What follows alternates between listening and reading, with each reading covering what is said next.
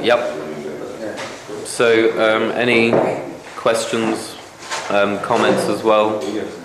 Well, I want to thank Carlo to show us this. This is a very dramatic representation of what we talked about. Basically, it's the shortwave.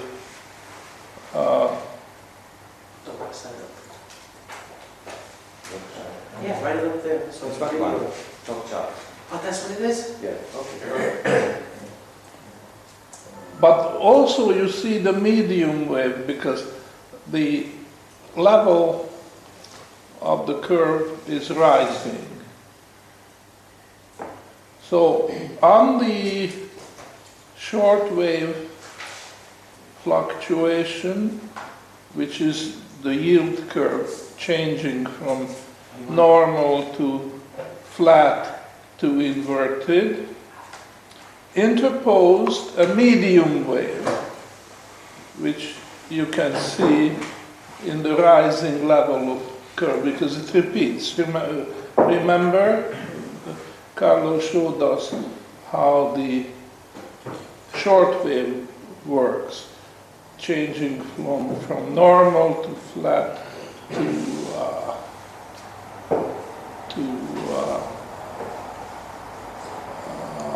inverted, but that repeats, okay? However, it repeats at a higher level, so that's the medium wave, when you push the level of interest rates higher, and then of course higher and higher. So this is the medium wave. After the lunch break, we are going to talk about the long wave, which is usually associated with the name of Kondratiev, and this is long because it is really long. It could be 60 years or or even longer, and that has phases which sometimes called spring Kondratiev, spring Kondratiev, summer Kondratiev, fall Kondratiev, winter. I'm not using that phrase, these names for the phases myself, but it could be helpful, and if you want to use it, that's fine. I'm just not I didn't book time that would be sufficient to go through this. And my approach is not exactly the same as Kondratiev, but this will be discussed this afternoon. So I wasn't aware myself of, I've known stock charts, of course, but I didn't know that they were, what's the name of this particular window of the website? Dynamic yield curve.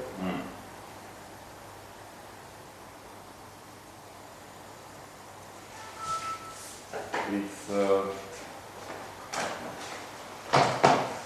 stockcharts.com/freecharts/yieldcurve.html. So /free/freecharts.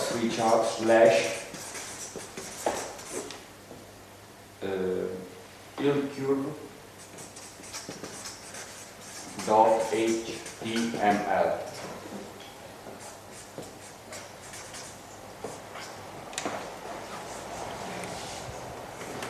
So stockcharts.com/freecharts/yieldcurve.html.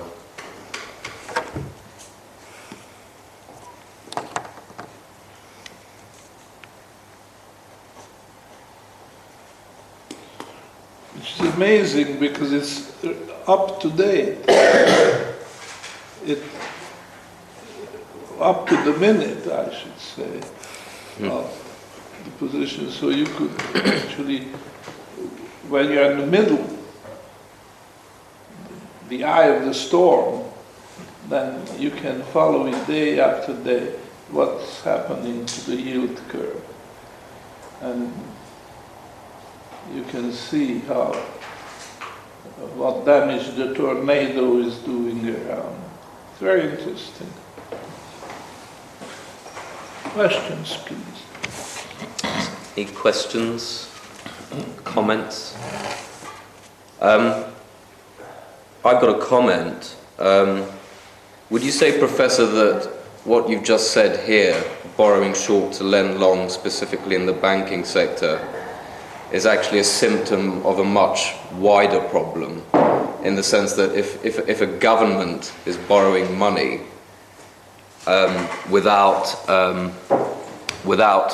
a self-amortizing productive goal, then it is effectively another form of borrowing short to lend long, because he will be relying on the fact that he can roll the bond when it comes to maturity. Yes, I would.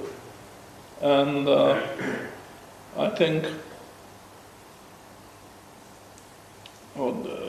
the government economists think it's a justification, another justification for the irredeemable currency system, that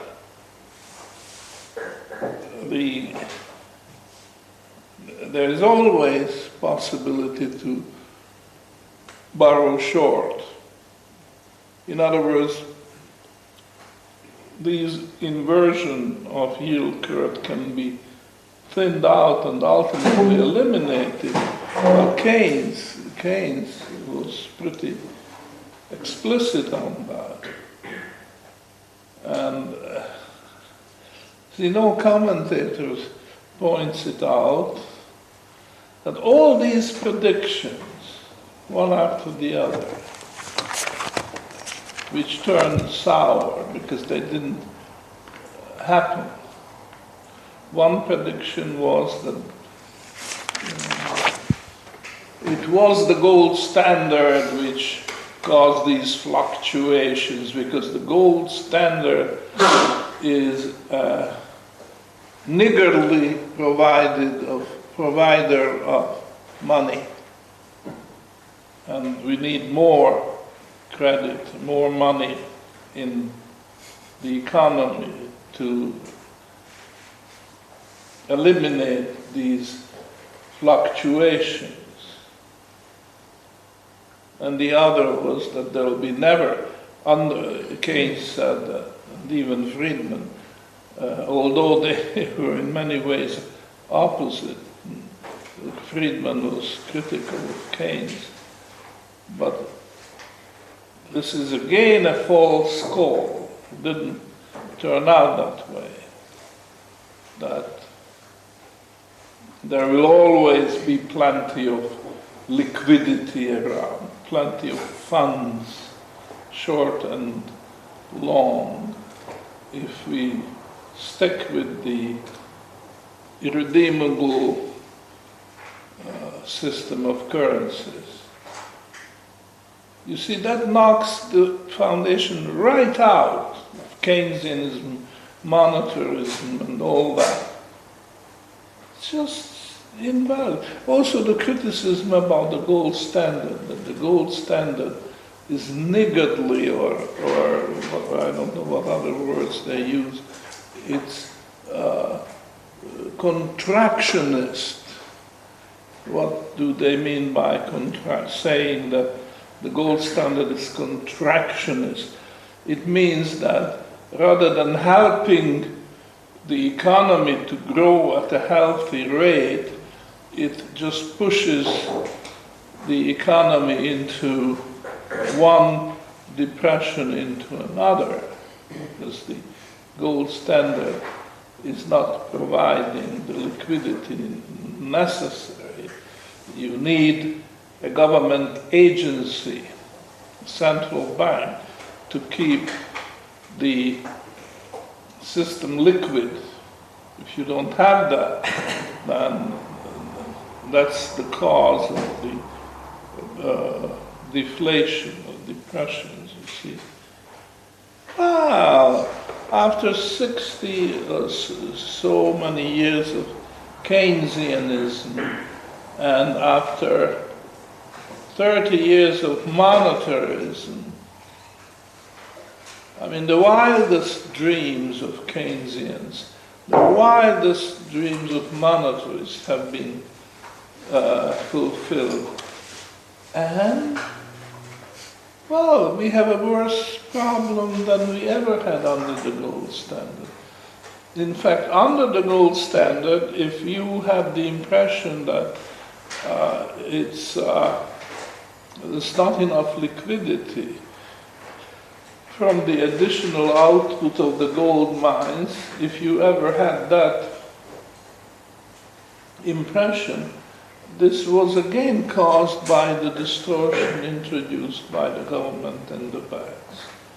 So the gold standard is a well-balanced system. We don't have time to elaborate on this more, but the whole criticism of the gold standard on the part of the Keynesians and monetarists is just false. So I think we are going through times which show the whole theoretical structure of the Keynesians and monetarists collapse, one after the other. The main tenets of the Keynesians.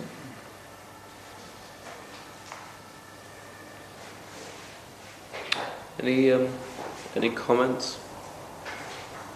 At last. At last, it is collapsing.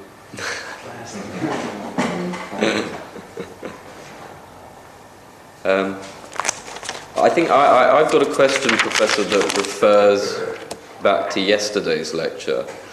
And I was reading about the assignats in France. And if you look at well, at least in the sort of the first half of the debacle, they didn't issue 100 times as much as they had in land behind the note issue. They only issued, let's say that the land was worth 3 billion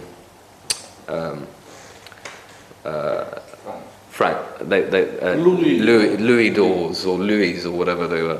They only issued, let's say, 6,000 or 6 billion Louis worth of notes. So, what was it that caused the collapse of the system if it wasn't, let's say, an aggressive overissue of the note? There must have been some other factor that caused people to lose confidence in it. Because their argument is always that we never issued an excess of notes.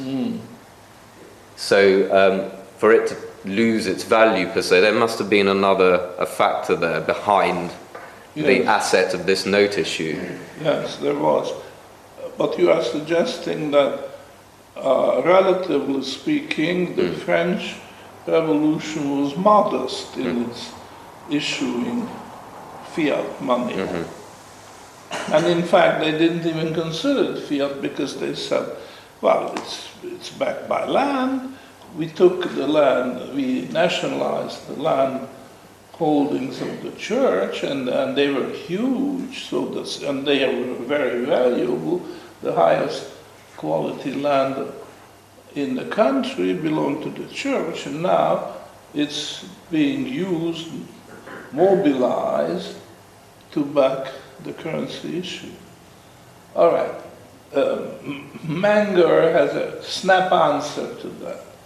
The trouble is not overissuing. The trouble is that land, real estate, does not have the necessary liquidity.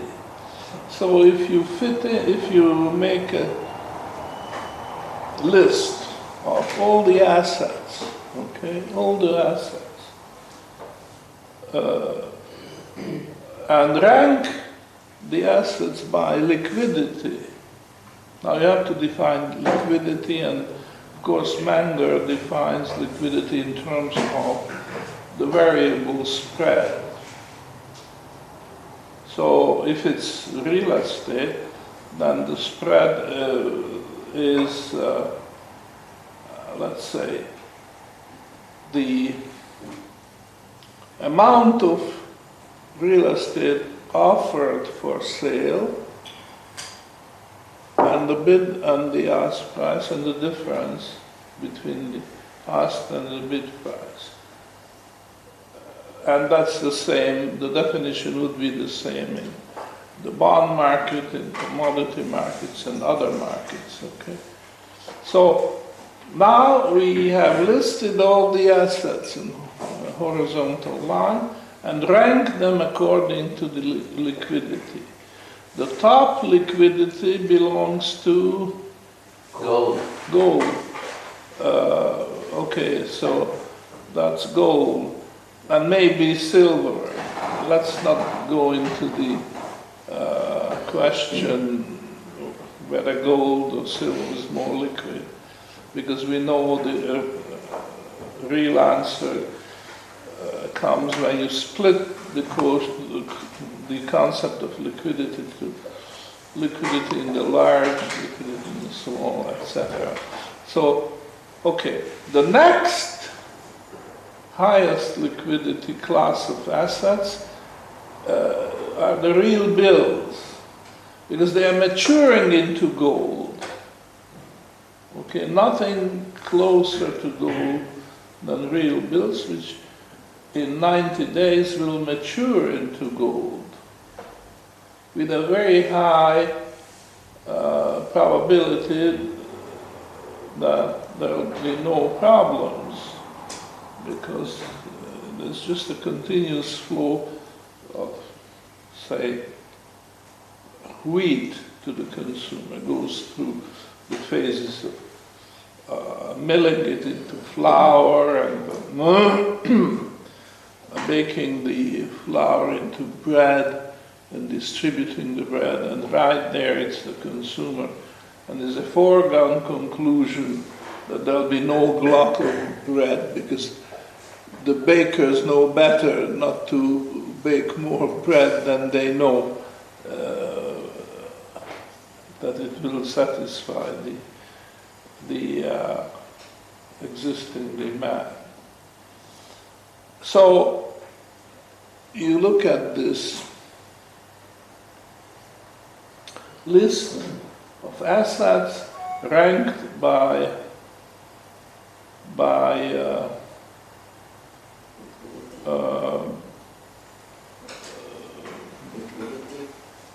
ranked by liquidity as defined by Menger, and then ask the question, where is real estate in that list?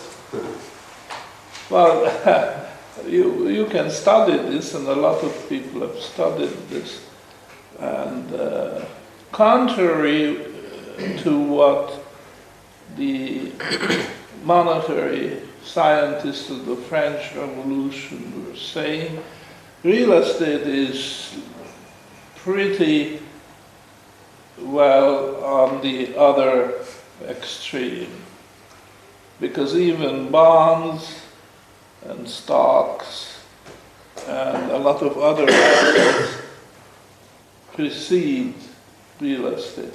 Real estate is one of the least liquid assets.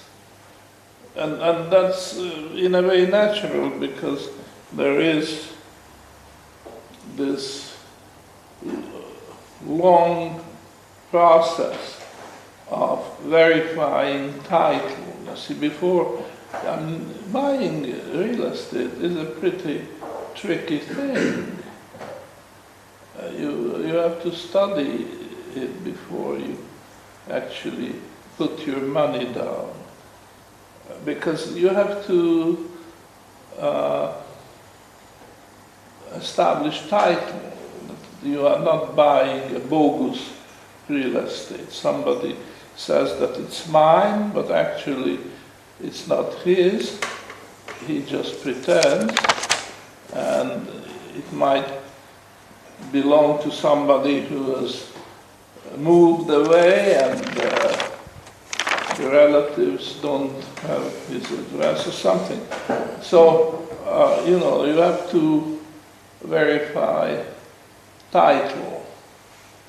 And then you have to study the location and a lot of other things. So it's a very different market from selling other assets. But just by the nature of things, I think the real estate is not, a real estate market is not a liquid market. And, when you put a piece of land on the market, you always deal with a handful of interested buyers, and this is quite different from the stock market, for instance, where are always lots of buyers and lots of sellers. By the way, the markets like stock market, bond market, commodity markets, these markets are well oiled by the presence of speculators who step in if there is temporary liquidity problems. The speculators get active, and that will liquefy the market to some extent. Now, I'm not saying that there are no such animals as the real estate speculators, of course there are, but their horizon is very different from a stock market speculator or a commodity market speculator. So you see, the trouble with the assignats was not, as you say, the over issue, because it was very modest by today's standard, the amount of money they created and pretended that it's backed by.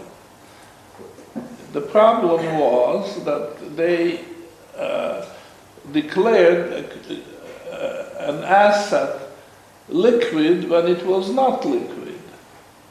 That was the basic problem. And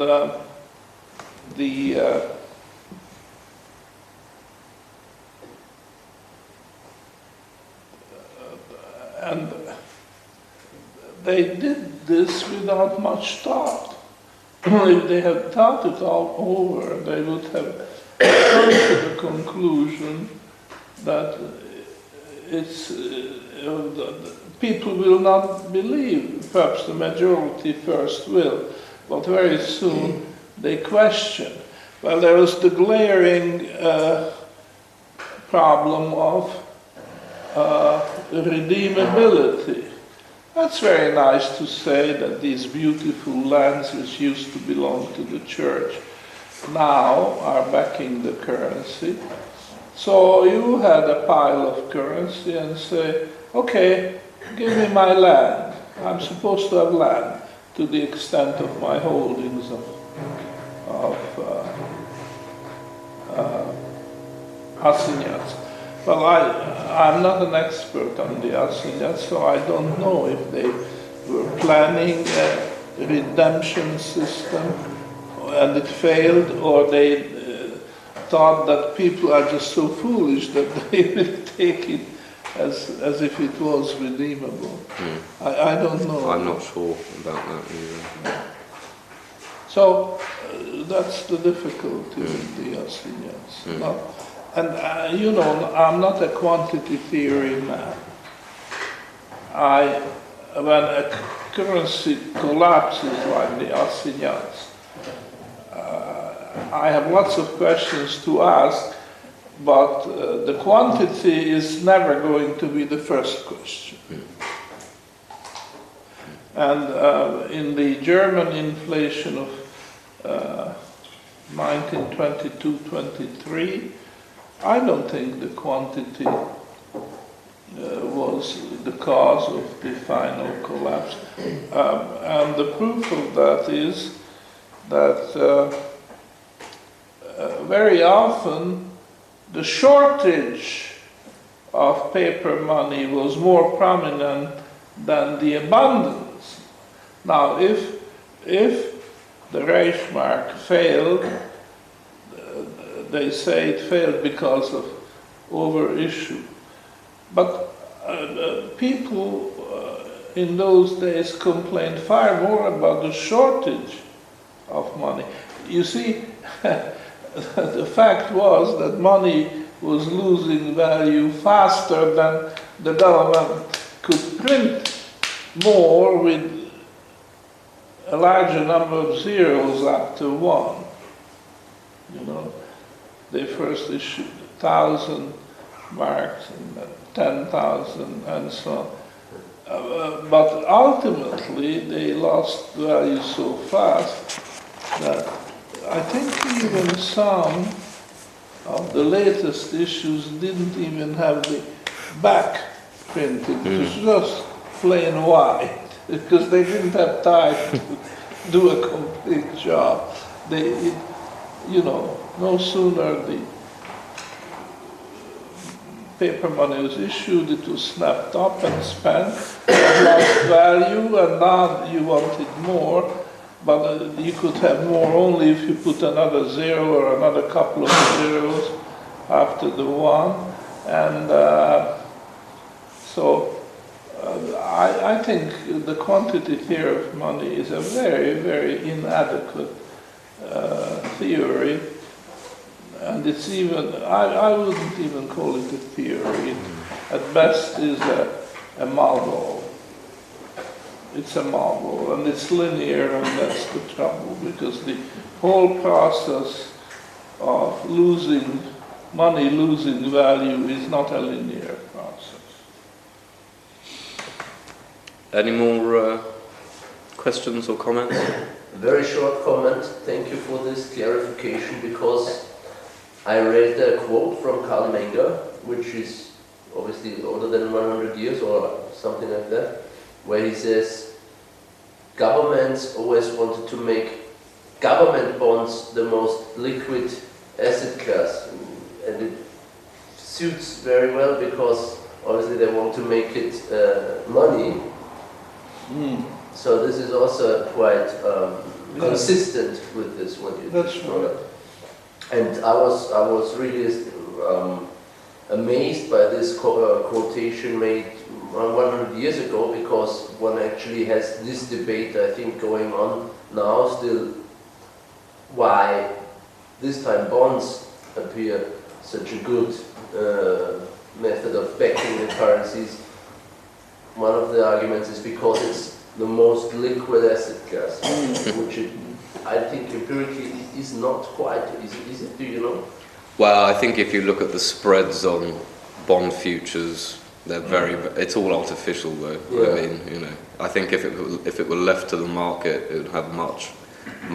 I mean, if you look at the Bank of England, prior to the Bank of England's establishment, the government used to have to auction off the tallies, and which was the government's claim to tax revenue, and they were busy auctioning them off, but they found that they couldn't auction them off after a while unless it was for about a 60% discount to the. So, that shows how marketable a government bond is. A government bond is a claim to tax revenue. So even the supreme power of being able to tax doesn't mean you can make it marketable. Then the Bank of England put it in their asset ledger, and the discount suddenly went 60, 50, 40, and then it went to an agio. So that shows the power of illusion. So any more questions, comments? I think we'll break up for lunch, and back at 2:30. Thanks very much.